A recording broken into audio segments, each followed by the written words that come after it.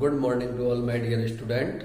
Today we discuss about renewable resources forest. आज हम नवीनीकरणीय संसाधन वन के बारे में अध्ययन करेंगे और चर्चा करेंगे। पिछले वीडियो में हमने आपको नवीनीकरणीय संसाधन और अनवीनीकरणीय संसाधनों के बारे में बताया था और विशेषकर हमने सभी संसाधनों के बारे में बताया था कि संसाधनों को कितने भागों में बांटा गया है, इन एक्स हॉस्टिबल एंड एक्स हॉस्टिबल, और एक्स हॉस्टिबल जो भी हैं, जो सीमित हैं, इन्हें नॉन रिन्यूएबल एंड रिन्यूएबल दो भागों में बांटते हैं।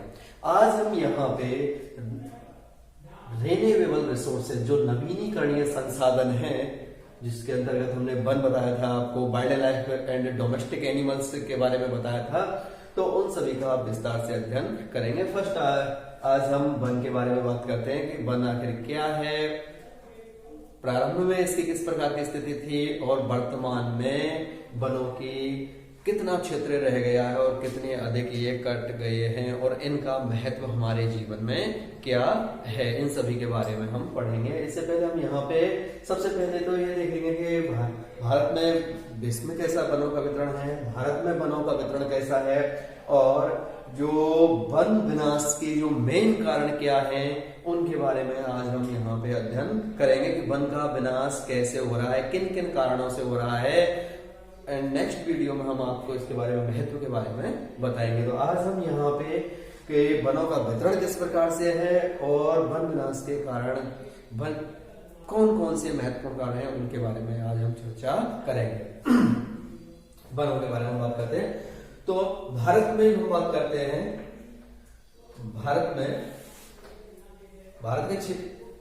भारत के परिक्षेत्र में जब हम वनों के बारे में बात करते हैं तो लगभग 750 लाख हेक्टेयर भूमि पर वन पाए जाते हैं, जो कि भारत के कुल भूभाग का लगभग 22.8% है और 22.8% है। और ताजा आंकड़ों के अनुसार यदि हम बात करते हैं तो लगभग 20% के ओर पास ही वन पाए जाते हैं इंडिया में, जबकि यदि हम इसको देखें तो लगभग प्रत्येक देश में या पूरे संसार में लगभग 1/3 1/3 भाग भूभाग पर वन होना अनिवार्य है। 1/3 भूभाग पर, इसमें भी ऐसा है कि लगभग 67% भाग पर पर्वतीय क्षेत्रों में, पर्वतीय क्षेत्रों में और लगभग 33% भाग मैदानी क्षेत्र। यह अनिवार्य है। 33% से यदि कम वन है तो वो एक सोचने का विषय है और वहां का जो पर्यावरण है वो खतरे में है। तो 33% मिनिमम वन होने चाहिए मैदानी क्षेत्रों में और 67% पर्वतीय क्षेत्रों में वन होने चाहिए। जबकि इस मानक को यदि हम देखते हैं तो उसके आधार पे हम बात करते हैं तो 22.8% जो वन पाए जाते हैं वो हमारे यहाँ पे। तो वनों की कटाई बहुत बड़ा कारण है कि यहाँ पे जो वन विनाश बहुत ज्यादा तेजी से हो रहा है। मोस्टली हमारे यहाँ पे जो 750 लाख हेक्टेयर जो वन भूमि पाई जाती है उसमें से मोस्टली ट्रॉपिकल रेन फॉरेस्ट पाए जाते हैं या उष्णकटिबंधीय वन पाए जाते हैं। ट्रॉपिकल फॉरेस्ट पाए जाते हैं, अर्थात उष्णकटिबंधीय वन पाए जाते हैं। लगभग 93% उष्णकटिबंधीय वन पाए जाते हैं और शीतोष्ण वन लगभग 7% ही पाए जाते हैं, जो अधिक ऊंचाई पे पाए जाते हैं। वर्षा के वितरण के आधार पर हम देखें तो 50% से कम वर्षा वाले क्षेत्र में अर्ध शुष्क वन पाए जाते हैं, अर्थात जो मरुस्थलीय वनस्पति है वो यहाँ पे पाई जाती है। 50 से 100 सेंटीमीटर वर्षा वाले क्षेत्रों में कटीली झाड़ियां, जिन्हें हम श्रब्स कहते हैं, और छोटे वृक्ष पाए जाते हैं। 100 से 200 सेंटीमीटर वर्षा वाले क्षेत्रों में मानसूनी वन पाए जाते हैं। 1000 सेंटीमीटर या इससे अधिक जहां पे वर्षा होती है वहां सदाबहार वन पाए जाते हैं। ये वर्ष भर का औसत है कि वर्ष भर में कितने सेंटीमीटर वर्षा होती है। संविधान के अकॉर्डिंग यदि हम देखें तो संविधान में भी वनों को 3 भागों में बांटा गया है। फर्स्ट है व्यक्तिगत वन, सामुदायिक वन एंड थर्ड है शासकीय वन। 3 भागों में बांटा गया है। व्यक्तिगत वन तो इस प्रकार के हैं जिन पर की निजी स्वामित्व होता है। निजी स्वामित्व, किसी व्यक्ति का यदि निजी स्वामित्व है, इस प्रकार के जो वन है वो व्यक्तिगत वन कहलाते हैं। और इंडिया में लगभग ये 2.7% वन पाए जाते हैं। सामुदायिक वन है, इनकी भी क्या है कि जो क्षेत्रफल है वो काफी कम है और ये नगर पालिका व नगर परिषद के क्षेत्र में आती है। इस प्रकार के वनों को हम सामुदायिक वन के नाम से जानते हैं। थर्ड आता है शासकीय वन। इस प्रकार के वन जो सीधे सरकार के नियंत्रण में होते हैं या जिन पर सरकार का नियंत्रण होता है, उन्हें हम शासकीय वन कहते हैं। लगभग 95% जो वन है वो इसी कैटेगरी में आते हैं और इसी श्रेणी के अंतर्गत आते हैं जिनका सीधा ही सरकार का स्वामित्व है। अब हम देखते हैं कि वन विनाश को देखते हैं कि वन विनाश कितनी तेजी से हो रहा है। अब कारण क्या है कि हम बात कर रहे हैं यहाँ पे कि ये नवीनीकरणीय संसाधन है वन, जो कि पुनर्जनन के द्वारा या फिर रिप्रोडक्शन जनन के द्वारा ये अपनी संख्या को और अपनी जो क्षेत्रफल है उसको भी मेंटेन रखते हैं, अर्थात अपने आप की जो संख्या है प्रत्येक स्पीशीज की वो उसको बनाए रखती है। लेकिन यदि इनका ओवर एक्सप्लॉयटेशन हो, अति दोहन यदि उनका हो, तो ये कम ही समय में नष्ट हो जाएंगे। और हम पहले कह चुके हैं कि ये समाप्य है, अर्थात एक्सहॉस्टिबल रिसोर्सेज हैं, ये जो सीमित हैं, लिमिटेड हैं, असीमित नहीं है। तो यदि इनका विवेकपूर्ण ढंग से इस्तेमाल किया जाए तो हम इन्हें फ्यूचर पीढ़ी को एज ए गिफ्ट इसे हम दे सकते हैं और छोड़ के जा सकते हैं। और यदि इसका अविवेकपूर्ण तरीके से उपयोग किया जाए और दोहन किया जाए तो ये संसाधन फ्यूचर में नष्ट हो जाएंगे। तो हमें इनका विवेकपूर्ण ढंग से इस्तेमाल करना है और उपयोग करना है, जिससे हमारी जरूरतें भी पूरी हो जाए और वातावरण को और हम ये कहें पर्यावरण को कोई क्षति भी ना हो। लेकिन यदि हम देखते हैं कि 1951 से और 1972 तक लगभग 22 सालों में 34 लाख हेक्टेयर वन क्षेत्र काटा गया, या वन क्षेत्र को जो वन क्षेत्र है उसका विनाश हो गया। बहुत ज्यादा है ये 34 लाख हेक्टेयर। 1972 से 80 लगभग 8 वर्षों में 51 लाख हेक्टेयर जो वन क्षेत्र है उसको किसी भी कारण के लिए, या तो चारागाहों के लिए या कृषि भूमि के लिए उसे काट दिया गया। 1980 से 16 की बात करते हैं तो लगभग 9 लाख हेक्टेयर वन भूमि का विनाश किया गया। तो इसी दर से यदि ये विनाश होता रहा था, भविष्य में वन क्षेत्र बहुत कम हो जाएगा और पर्यावरण असंतुलन का खतरा डगमगा जाएगा, क्योंकि इकोसिस्टम में प्रत्येक जाति का महत्व होता है। अब प्रत्येक जाति का अपना एक महत्व होता है और उसका अस्तित्व भी होता है। एक जाति इको जो पारितंत्र के बारे में बात करते हैं हम, तो पारितंत्र भी क्या है कि सभी स्पीसीज से मिलकर बना हुआ होता है। तो स्पीसीज जितनी ज्यादा होगी, स्पीसीज रिचनेस और कोई भी पारिस्थितिकी तंत्र है उसमें जितनी ज्यादा विविधता होती है वो उतने ही लंबे समय तक है और एक क्वालिब्रियम और साम्यावस्था में बना रहता है। लेकिन वनों की जैसे इस तरह इस गति से यदि अंधाधुंध हम ये कह सकते हैं, अंधाधुंध कटाई हुई तो इन फ्यूचर ये सभी के सभी भी समाप्त हो जाएंगे। तो हमें इनका विवेकपूर्ण ढंग से उपयोग करना है। Now we discuss about one विनाश के कारण। हम बात करते हैं वन विनाश के कारण। मेजर जो कॉजेज हैं वो क्या है, सबसे बड़े जो कारण है, मुख्य कारण है वो क्या है कि वन विनाश किन के कारण हो रहा है। तो फर्स्ट हम बात करते हैं वन भूमि का कृषि योग्य भूमि में परिवर्तन। हो क्या रहा है कि प्रारंभ से चले आ रहे कि जो वन भूमि है उसको कृषि योग्य भूमि में परिवर्तित किया जा रहा है।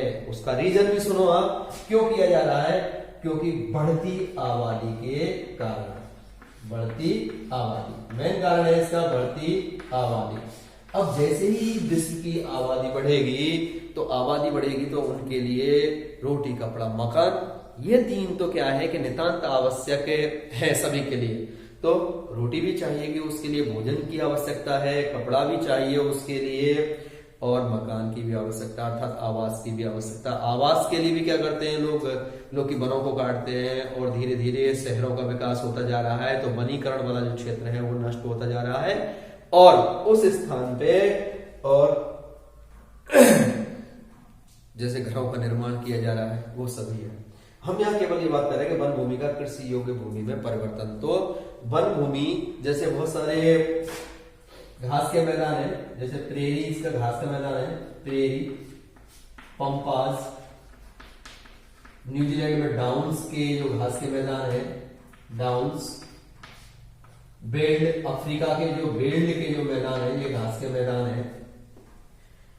इन सभी को इसलिए नष्ट कर दिया गया कि इन सभी को कृषि योग्य भूमि में परिवर्तन कर दिया गया। क्यों किया गया? क्योंकि बढ़ती आबादी और बढ़ती आबादी के लिए भोजन की आवश्यकता। अब भोजन के लिए क्या होगा कि भोजन कृषि पे, भोजन जो भोजन है वो कृषि से उपलब्ध हो सकता है, कल्टीवेशन होगा, वहां पे कृषि योग्य भूमि बनानी पड़ेगी और कृषि योग्य भूमि बनेगी तो वनों का विनाश होगा। तो वनों का विनाश का जो मेन कारण है वो है कि वनों को कृषि योग्य भूमि में परिवर्तित कर दिया गया, वो भी इंसान अपनी जरूरतों की पूर्ति के लिए। लेकिन आबादी का दबाव प्राकृतिक संसाधनों पर इतना ज्यादा था कि जो वन भूमि है उसको कृषि योग्य भूमि में परिवर्तन करना पड़ा। और इसके कारण क्या हुआ कि जो प्रेरी, पंपास, डाउन्स, बेल्ड, जो अधिकांश जो घास के मैदान हैं इनके क्षेत्रफल भी धीरे धीरे कम होती गई और इन सभी को और कृषि योग्य भूमि में परिवर्तन कर दिया गया। सेकंड आता है अतिचारण। अतिचारण आपने देखा होगा कि जो वन भूमि है, वन भूमि में यदि पशुओं का दबाव बहुत ज्यादा बढ़ जाता है, पशुओं का दबाव बहुत ज्यादा बढ़ जाता है तो उसके कारण भी क्या होगा कि जो वन भूमि है वो कम होती जाती है या क्षतिग्रस्त होती है। ओवर एक्सप्लॉयटेशन के कारण क्या होगा, सॉरी अतिचारण, ओवर ग्रेजिंग, ओवर ग्रेजिंग के कारण जो वनस्पति के जो स्पीसीज है, बहुत सारी स्पीसीज हैं वो विलुप्त हो जाती हैं। आप देखते हो कि जो भेड़ों का झुंड है, बकरियों का झुंड है, यदि वो लंबे समय तक एक ही क्षेत्र में चलता रहे तो वहां की अधिकांश वनस्पति को चट कर जाता है। तो अतिचारण भी एक बहुत बड़ा कारण है जिसके कारण कि जो वन भूमि है या वन क्षेत्र है वो कम होते जा रहे हैं। अतिचारण, इसके कारण क्या होगा कि जो पशुओं के जो खुर वगैरह होते हैं उनसे नीचे सीड वगैरह टूट जाते हैं या जो भी नव अंकुरण हो रहे हैं वो भी नष्ट हो जाते हैं, जिससे कि जो कोई भी स्पीसीज है वहां की या पेड़ पौधे जो छोटे उग रहे हैं वो सभी भी नष्ट हो जाते हैं। तो इससे भी क्या है कि वन विनाश हो रहा है, क्योंकि जब तक नए सीडलिंग उत्पन्न नहीं होंगे तो नए पादप नहीं बनेंगे। थर्ड आता है वनाग्नि। ये मेजर कारण, ये भी मेजर कारण है वनाग्नि, वनों में आग लगना। इसका जो कारण हो सकता है, एक तो वायुमंडलीय तड़प हो सकता है, वायुमंडलीय तड़प।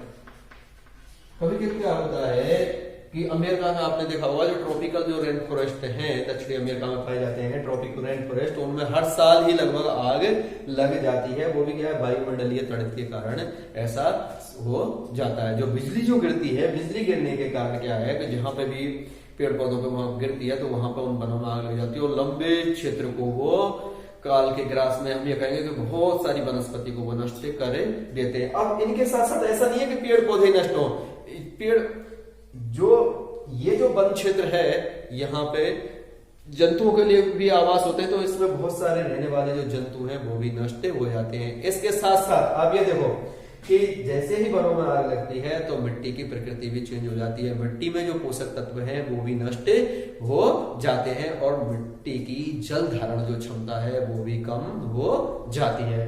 तो अब ये जो वनाग्नि है, वनाग्नि के कारण बहुत से फॉरेस्ट और हर साल नष्ट हो जाते हैं। हम ये कह सकते हैं लाखों हेक्टेयर भूमि जो वन भूमि है वो नष्ट हो जाती है। वायुमंडलीय, या तो इसका कारण वायुमंडलीय तड़प हो सकता है और या दूसरा कारण हो सकता है मनुष्य स्वयं। मनुष्य भी क्या है कि कोई जंगलों में आग लगा देता है तो उनसे क्या है कि जंगल नष्ट हो रहे हैं। तो वन विनाश के मेजर कारणों के बारे में अभी तक हमने आपको बताया कि वन भूमि का कृषि योग्य भूमि में परिवर्तन। सेकंड है अतिचारण, पशुओं के द्वारा अतिचारण होना।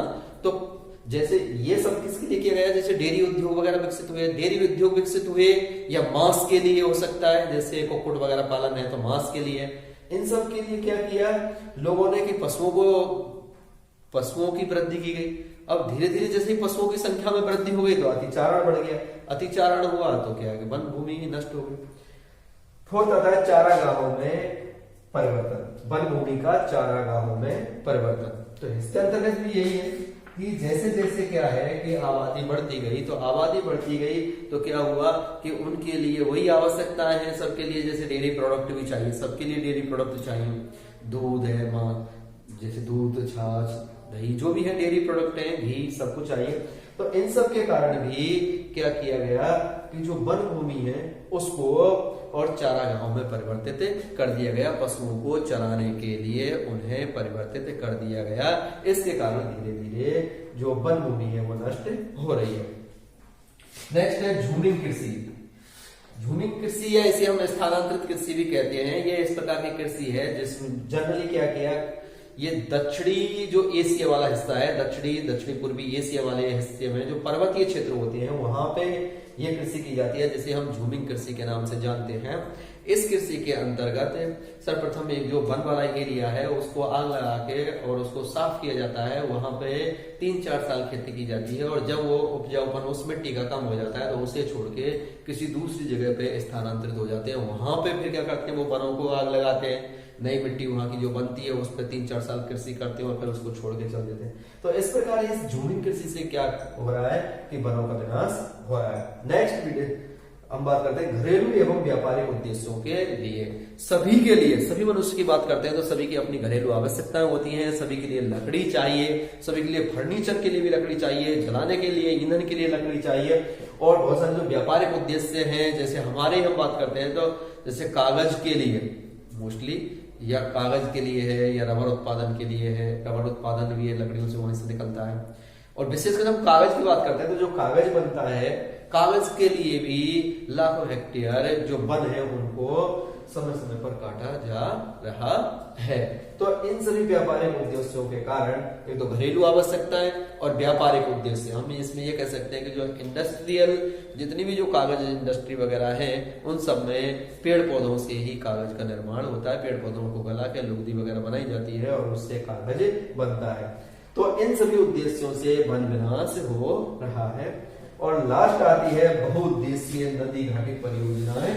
तो जो बहुउद्देशीय नदी घाटी परियोजनाएं हैं इनको जब बनाया जाता है, जैसे हम बात करते हैं कि एक डैम बनाया जाता है, यहाँ पे ये एरिया है, इधर एक पहाड़ वाला एरिया और इधर एक पहाड़ वाला एरिया है, इन दोनों के मध्य यदि एक ऊंचा सा डैम बना दिया जाए, यदि इनके मध्य एक डैम बना दिया जाए तो डैम के उधर वाला रीजन जिसमें कि एक बहुत बड़ी जल राशि इकट्ठी हो गई है, तो इसमें रहने वाले जितने भी पेड़ पौधे जीव जंतु हैं सब के सब जलमग्न हो जाते हैं और वो नष्ट हो जाते हैं या मारे जाते हैं। तो यहाँ पे पेड़ पौधे तो नष्ट हो रहे हैं जलमग्न होने के कारण, इसके साथ साथ जो जंतुओं को यह आवास उपलब्ध करा रहा है वो भी नष्ट हो जाता है। आप कभी किसी डैम का वितरण, यदि आपने कभी घूमने गए हो तो देखना कि डैम का जो बहुत बड़ा एरिया होता है जहाँ पे बहुत बड़ी जल राशि होती है, उसमें बीच में मध्य में कोई भी आपको बड़े पेड़ पौधे आपको नहीं दिखाई देंगे। यदि वहां पे प्रारंभ में थे भी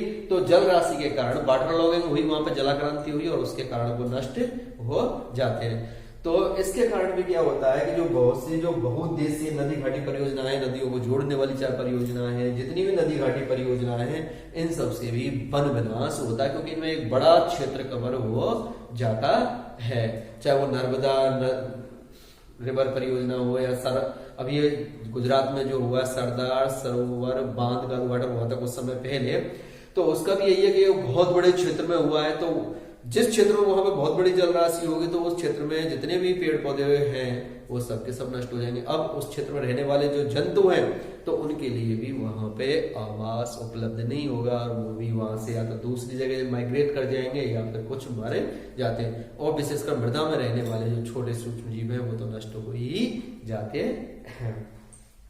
तो आपको आज हमने अपने इस वीडियो में बताया वन के बारे में कि भारत में जो वनों का वितरण किस प्रकार से है। लगभग 750 लाख हेक्टेयर वन भूमि पाई जाती है। मोस्टली यहाँ पे ट्रॉपिकल फॉरेस्ट पाए जाते हैं, अर्थात उष्णकटिबंधीय वन पाए जाते हैं। लगभग 93% और 7% टेम्परेट फॉरेस्ट पाए जाते हैं, वन पाए जाते हैं। संविधान के अनुसार यदि वनों को 3 भागों में बांटा गया है, व्यक्तिगत वन, सामुदायिक वन एंड शासकीय वन, 3 भागों में सभी को बांटा गया है। जिस दर से ये वनों का विनाश हो रहा है, यदि इस दर से ही वनों का भी विनाश होता रहेगा तो इन फ्यूचर में ये जो वन संपदा है वो धीरे धीरे नष्ट होती चली जाएगी और फ्यूचर इसका बहुत ही खतरनाक मोड़ पे पहुंच जाएगा। हम ये कह सकते हैं कि बहुत ही खतरनाक होगा कि शुद्ध वायु के लिए भी हमें तरसना पड़ेगा, क्योंकि वन को आप हल्के में नहीं ले सकते। वनों से ही हमें क्या है, एक तो मिट्टी का जो निर्माण करते हैं वो भी वन ही करते हैं। एक वायु के बारे में बात करते हैं तो वायु भी इन्हीं से क्या हमें मिलती है, ऑक्सीजन वगैरह जो है उसकी सप्लाई यही करते हैं। तो इनका एक छोटा मोटा रोल नहीं है, बहुत बड़ा इनका योगदान है।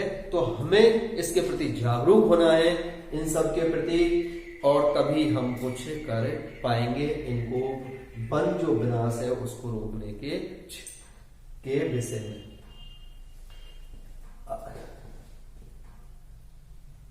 आज का आप असाइनमेंट लिख लें, क्या क्या इसमें महत्वपूर्ण है मैं आपको बता देता हूं। क्वेश्चन नंबर 1 लिखें आप। क्वेश्चन नंबर 1, वन विनाश के कारणों का संक्षिप्त में वर्णन कीजिए। क्वेश्चन नंबर 1, वन विनाश के कारणों का संक्षिप्त में वर्णन कीजिए। Question number 2,